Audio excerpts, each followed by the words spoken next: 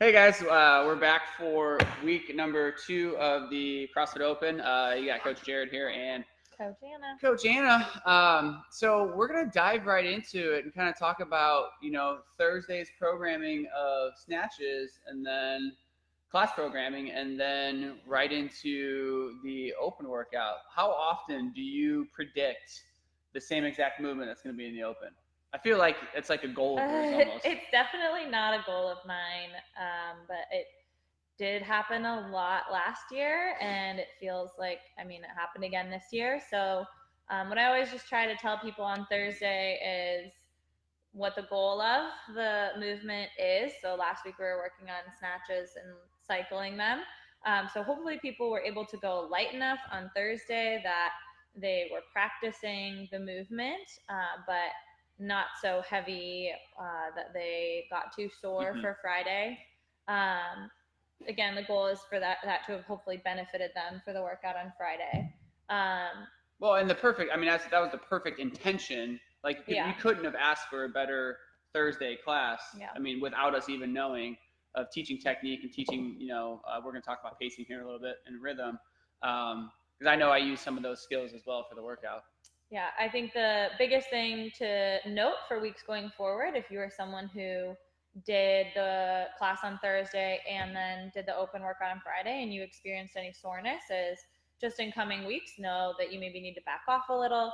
I suggested in my classes, if you're worried about 10 being too many reps on Thursday's class, doing like 5 to 7 instead, just dropping the volume slightly, knowing that that's always an option. Yeah. Excellent. Also, if anyone has questions as we're chatting about the open or program or anything of that nature, feel free to fire at us, and then we'll be able to get those answers towards the end here. So 20.1 recap. What was your time, Anna? I did it in 11:32.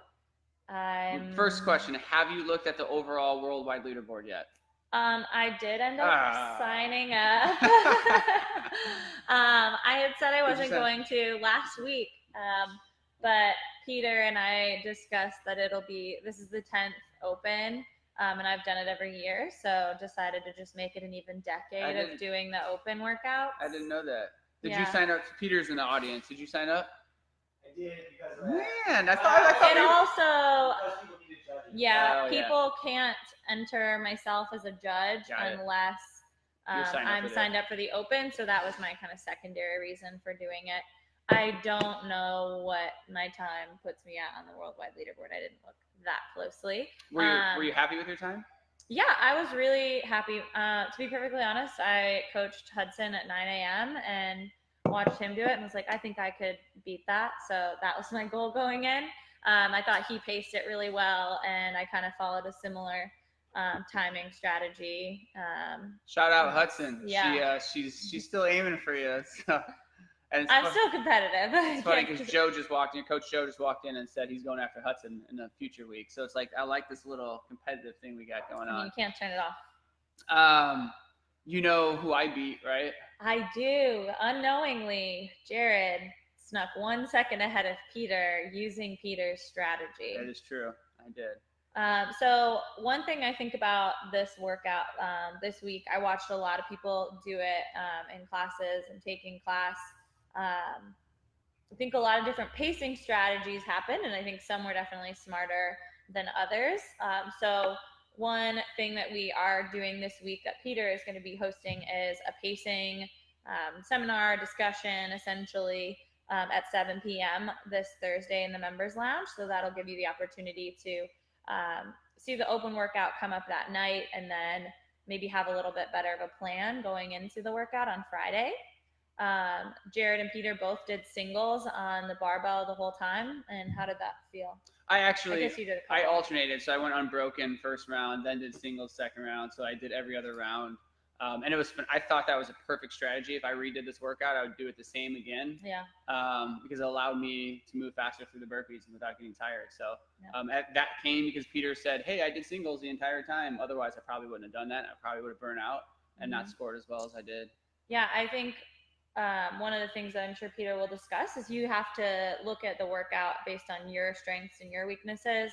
I personally know that burpees are more of a weakness for me than the barbell. So I went unbroken on the bar the entire time, even though towards the end I definitely wanted to set it down a couple times, but I knew that I could just keep a steady pace on the burpee and just use that more as like a rest and then go really quickly and smoothly through the bar. So yeah, I'd be interested for anyone listening or people who listen to this later on, how the intermediate and the scale divisions, how those workouts felt as well, in the sense of, we're giving 3 options versus just 2 options, and how that went for people, especially with, doing ground overhead versus doing snatches. And I think you have some stats from the leaderboard of how many people. It looked like, based on the Train Heroic leaderboard, I saw, I think 8 people finished. But I'm pretty sure that more people finished overall, just didn't necessarily log their scores on Train Heroic. Most of the people that finished were finishing in that like 13 to 15 minute range, and we had a couple people just ahead of that.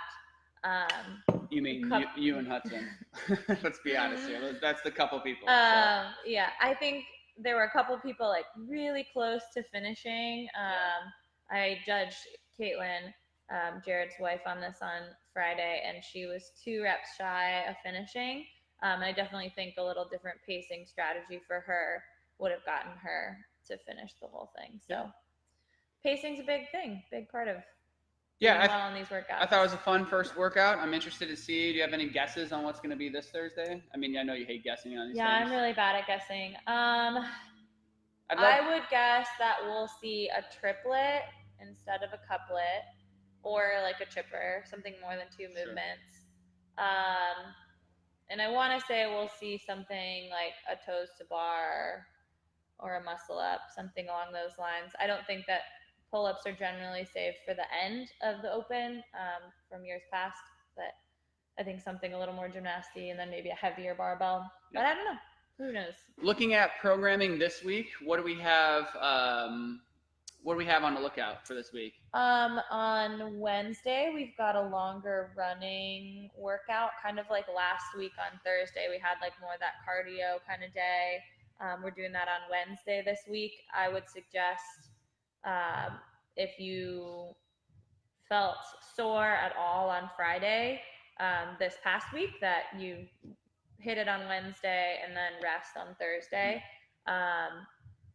In Thursday's class, I believe we've got some more kind of barbell work, focusing more on like the overhead squat. So if we do see anything like a squat snatch at any point in the open, or just an overhead squat, it'll all be super light, but more of like a drill style piece to work on that movement and that skill, because that's definitely something I've seen in the open in the past. People who don't do overhead squats super often want to try them in the open and then struggle. So it's a good opportunity on Thursday to kind of work on that skill. I think one thing you hit was rest. I think a lot of people feel like I have to work out. I know this is a mentality we're trying to get over at NapTown as a whole, that rest is so important. Sleep is so important. And I didn't work out Friday. I didn't work out Saturday. I didn't do yoga any of those days. It was just a busy 2 days for me. And I came in Sunday morning to do this workout and slept well those nights.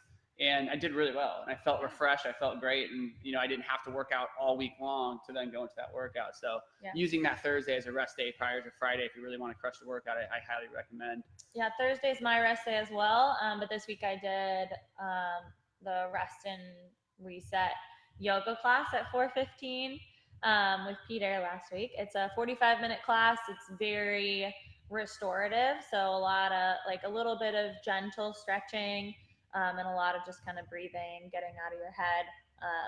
And I thought that was the perfect kind of thing for me that day. So we always want to keep these under 10 minutes. So let's talk about Saturday really quick. Okay. What do we got going on Saturday? This Saturday. Yes, this Saturday, October 19th, we are going to be doing Grace. So it's a workout that's traditionally been paired with CrossFit's efforts with Barbells for Boobs in the month of October for breast cancer awareness. We are going to be doing the workout on Saturday similar to the open, where we'll have heats of people going. We'll do more kind of partner fun things to start the day off, get you warmed up, etc. But we're also going to be sharing kind of throughout the week. It's not going to be a giant, big fundraiser event, but we do encourage you guys to wear pink, and we will have links up throughout the week on our Instagram link tree and on the nightly workout postings as the week goes on, for an organization in town that is more local that supports people going through breast cancer. What's the name of that organization? Pink Ribbon Connection.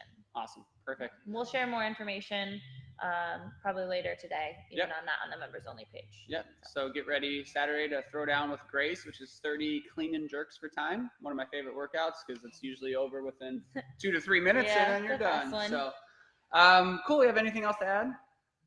No, I hope you guys are happy with how week 1 went and excited for the next 4 weeks. Yep. If you guys have questions or if you watch us later on, please ask and we'll answer those throughout the week. See you guys.